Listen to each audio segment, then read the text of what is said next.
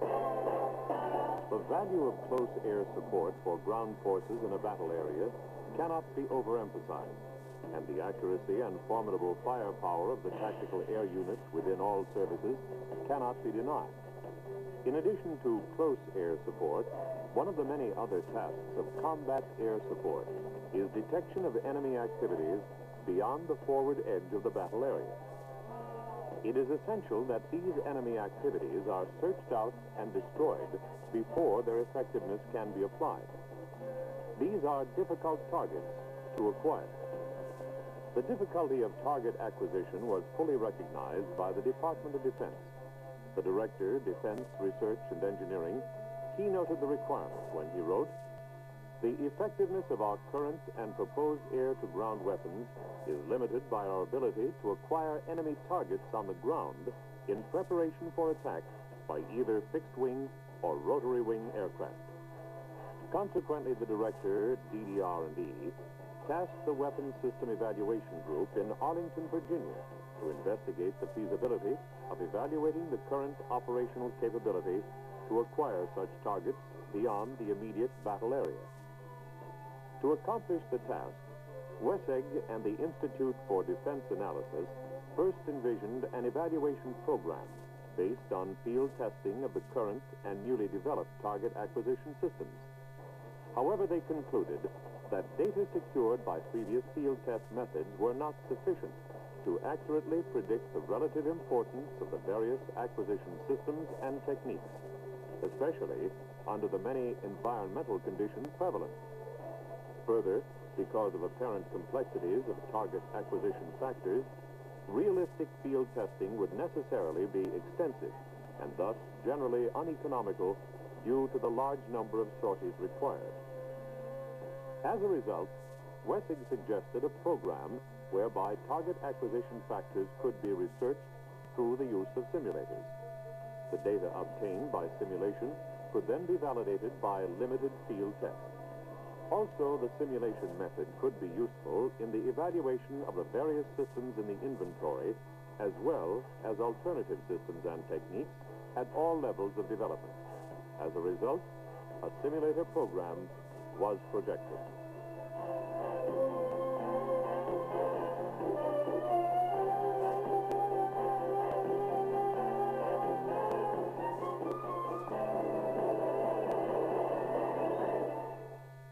The Seekval Joint Test Program was especially designed to examine the acquisition of varied targets in a simulated environment, closely representative of Central Europe, where armored conflicts could most likely occur.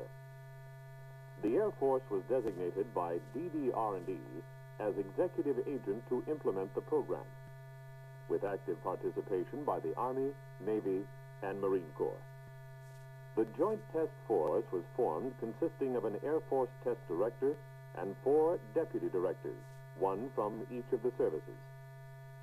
The Joint Test Force implemented a sequential test program consisting of terrain table experiments, target imagery experiments, an instrumentation test, and a limited field test of direct visual and aided visual target acquisition.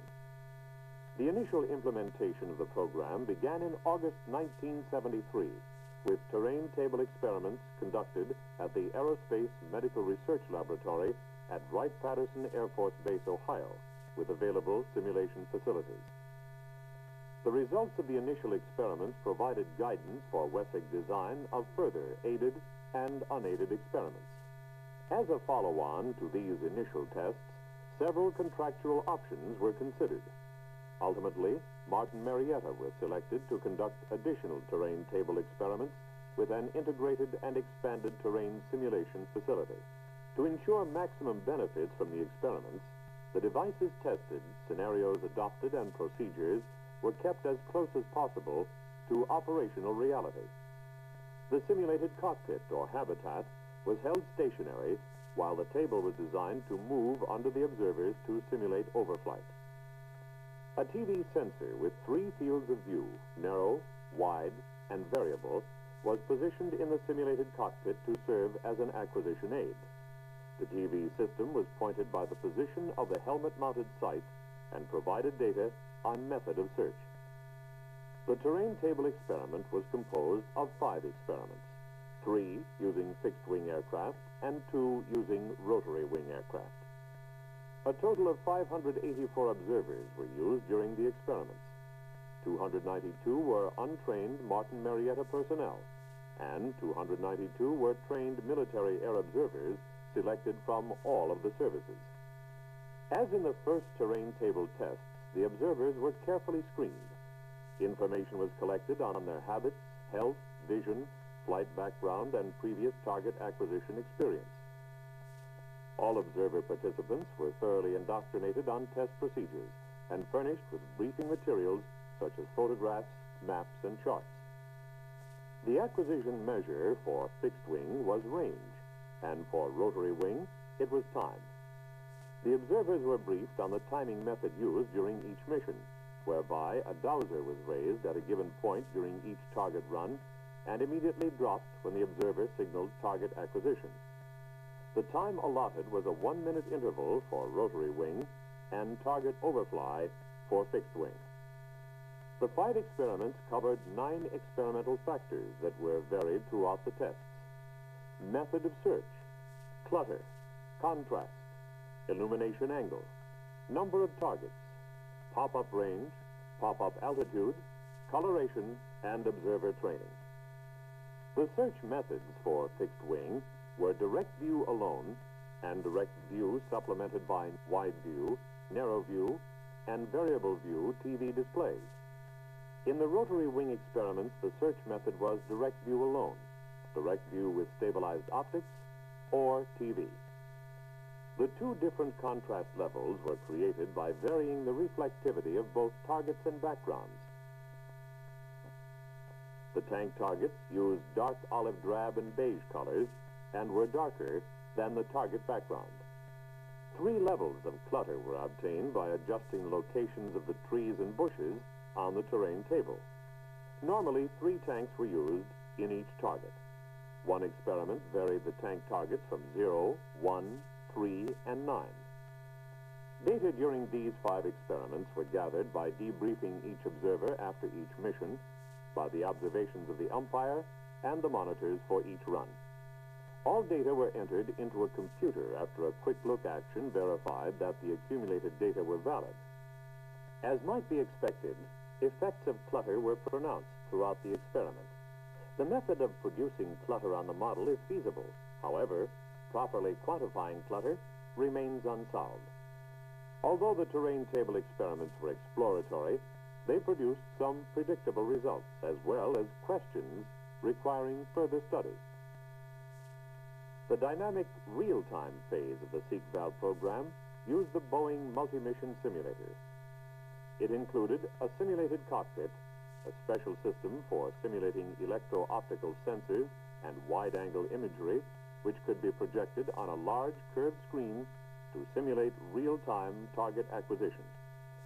The imagery used for the direct visual experiments was available film coverage from field tests conducted by Joint Task Force 2 several years ago. Review of the film confirmed that for simulation, improved imagery was mandatory.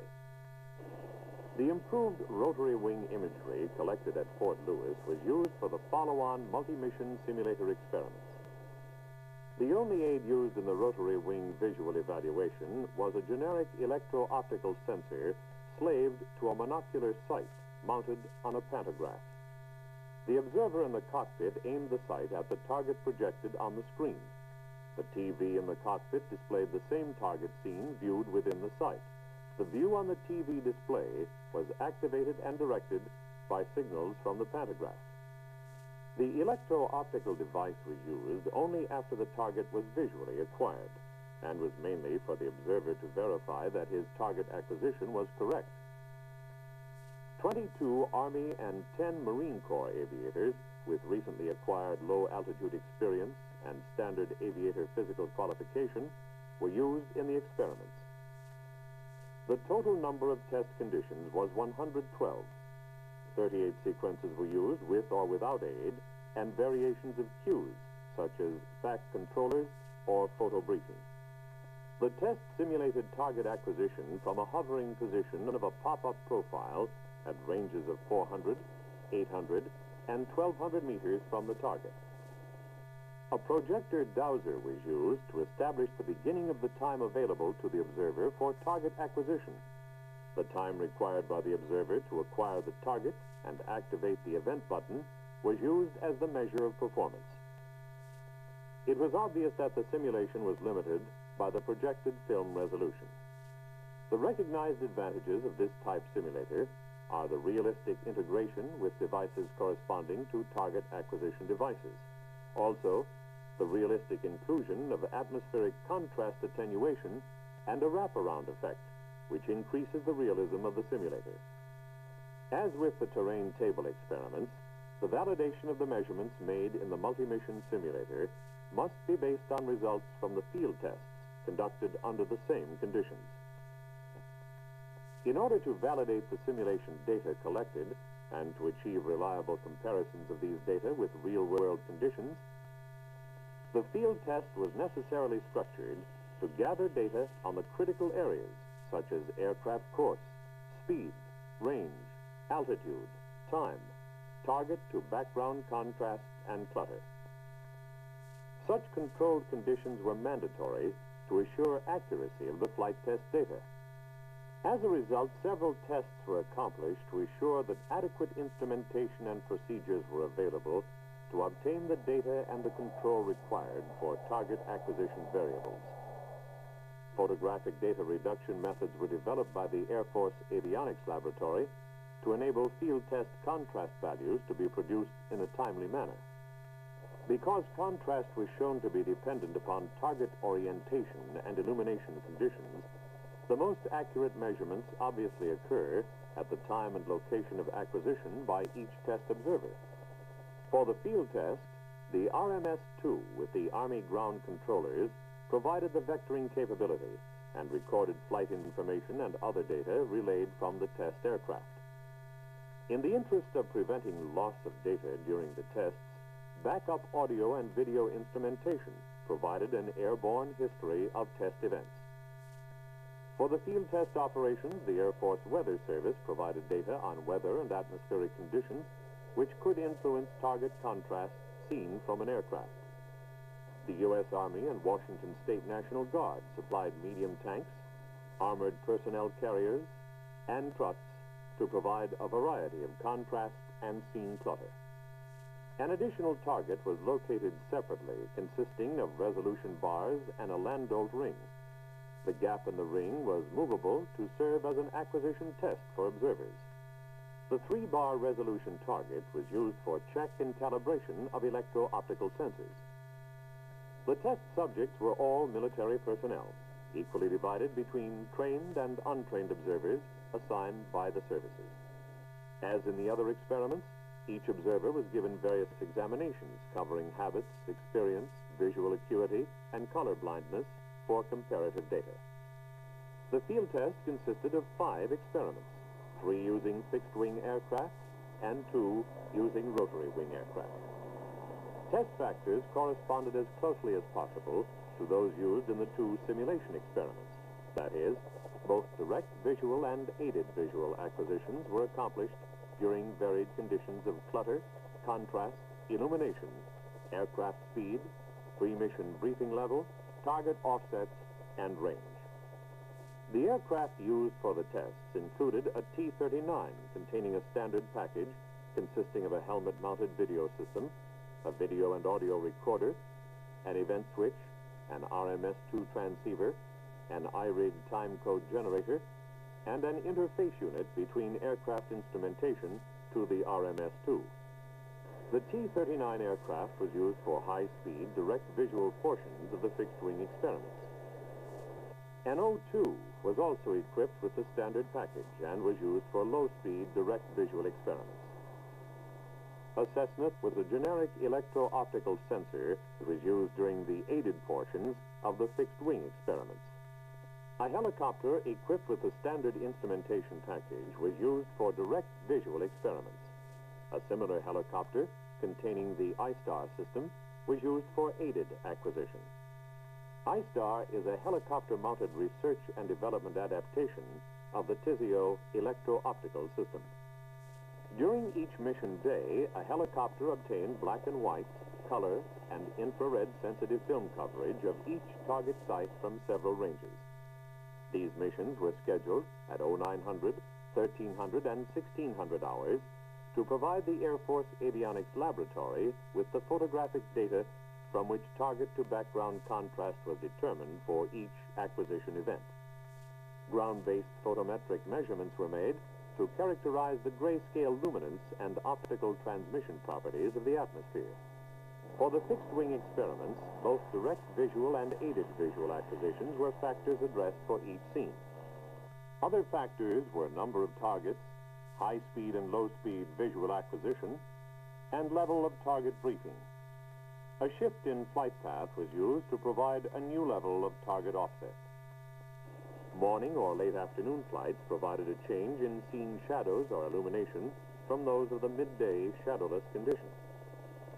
The rotary wing experiments were conducted at 1,000 feet altitude to assure that the targets were unmasked for the longer ranges. Flight number 6, visor up. Okay.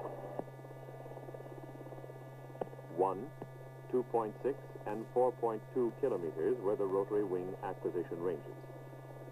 The iStar acquisition system was used to enable the observer to locate and confirm target acquisition after his initial visual acquisition.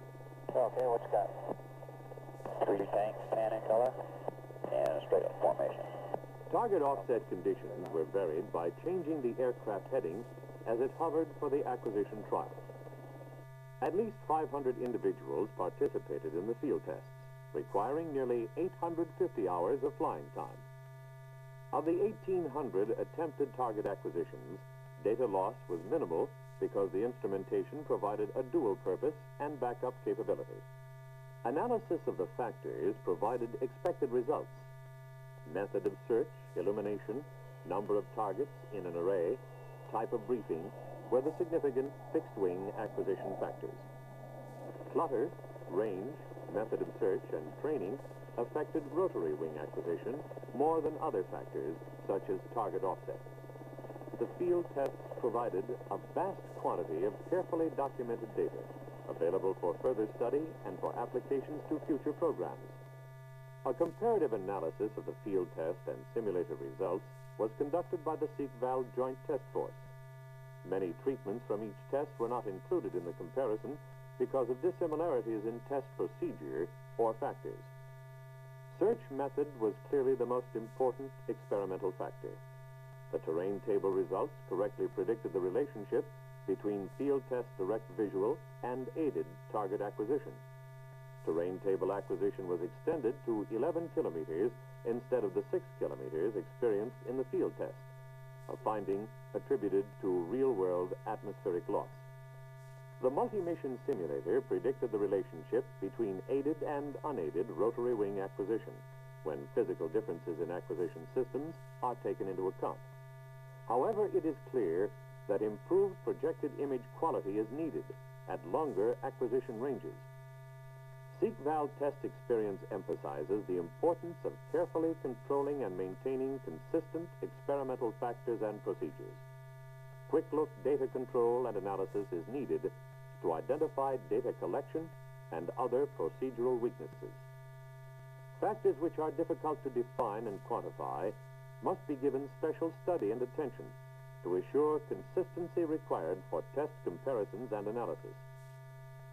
Scene clutter and contrast were the most difficult factors to quantify throughout the Seekval tests.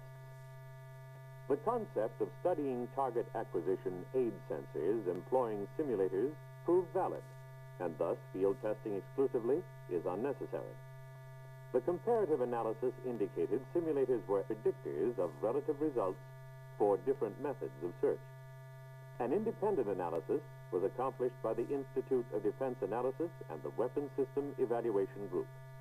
Meanwhile, the data available from the Seekval Joint Test Force program will provide the foundation for developing simulators into reliable and valuable tools for evaluating equipment and techniques used in the capability to acquire targets in a combat air support role.